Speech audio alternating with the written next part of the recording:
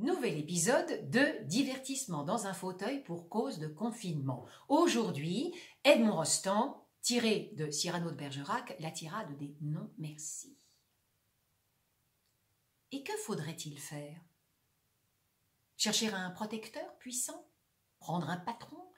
Et comme un lierre obscur qui circonvient un tronc et s'en fait un tuteur en lui léchant l'écorce? Grimper par ruse au lieu de s'élever par force? Non, merci. Dédier comme tous ils le font, des vers aux financiers, se changer en bouffon, dans l'espoir vil de voir aux lèvres d'un ministre naître un sourire enfin qui ne soit pas sinistre. Non, merci. Déjeuner chaque jour d'un crapaud, avoir le ventre usé par la marche, une peau qui plus vite à l'endroit des genoux devient sale, exécuter des tours de souplesse dorsale. Non, merci. D'une main flatter la chèvre au cou, cependant que de l'autre on arrose le chou, et d'honneur de céder par désir de rhubarbe, avoir son encensoir toujours dans quelque barbe. Non, merci. Se pousser de giron en giron, devenir un petit grand homme dans un rond, et naviguer avec des madrigaux pour âme, et dans ses voiles des soupirs de vieilles dames. Non, merci. Chez le bon éditeur de Cercy, faire éditer ses vers en payant. Non, merci. Ça les fait renommer pape par les conciles, que dans des cabarets tiennent des imbéciles. Non, merci. Travailler à se construire un nom sur un sonnet au lieu d'en faire d'autres. Non, merci.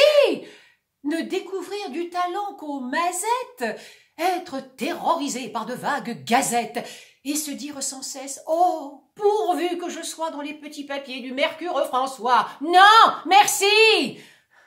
Calculer, avoir peur, être blême, préférer faire une visite qu'un poème, rédiger des placets, se faire représenter. Non, merci, non, merci, non, merci.